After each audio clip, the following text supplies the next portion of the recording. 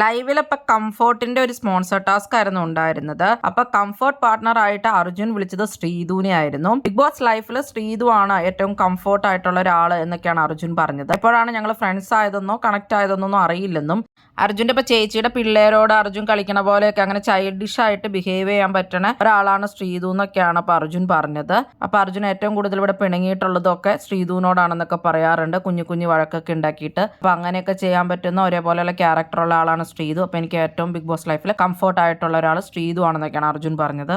സിജോ വിളിച്ചത് നോറേനെ ആയിരുന്നു. നോറയായിട്ട് ഒരുപാട് ഇഷ്യൂസ് ഒക്കെ ഉണ്ടായിട്ടുണ്ടെന്നും അതൊക്കെ കഴിഞ്ഞു എന്നും ഇനി പേഴ്സണൽ ഗ്രഡ്ജ് വച്ചുകൊണ്ടിരിക്കാൻ താല്പര്യമില്ല എന്നൊക്കെ സിജോ പറയുകയുണ്ടായി.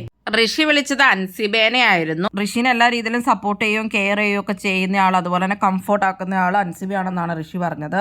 അതുപോലെ ജിൻഡോ വിളിച്ചത് അപ്സരേനെ ആയിരുന്നു. അപ്സര ഡാൻസ് ഒക്കെ പഠിപ്പിച്ചതുകൊണ്ടാണ് മോഹൻലാലിൻ്റെ ആദ്യമായിട്ട് അപ്രിസിയേഷൻ ഒക്കെ കിട്ടിയെന്ന് പറഞ്ഞു.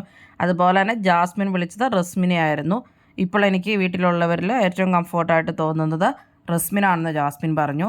പിന്നെ വന്നിട്ടുണ്ടായിരുന്ന നന്ദന സായിനെയാണ് വിളിച്ചിട്ടുണ്ടായിരുന്നത്. അപ്പൊ ഇവർക്ക് 6 പേർക്കുമായിരുന്നു പറയേണ്ടിയിരുന്നത്. ഇവരാണ് ഓടി വന്ന കംഫോർട്ടിന്റെ കുപ്പി എടുത്തിട്ടുണ്ടായിരുന്നത്. അപ്പൊ അവർ 6 പേരുമായിരുന്നു പറഞ്ഞിട്ടുണ്ടായിരുന്നത്.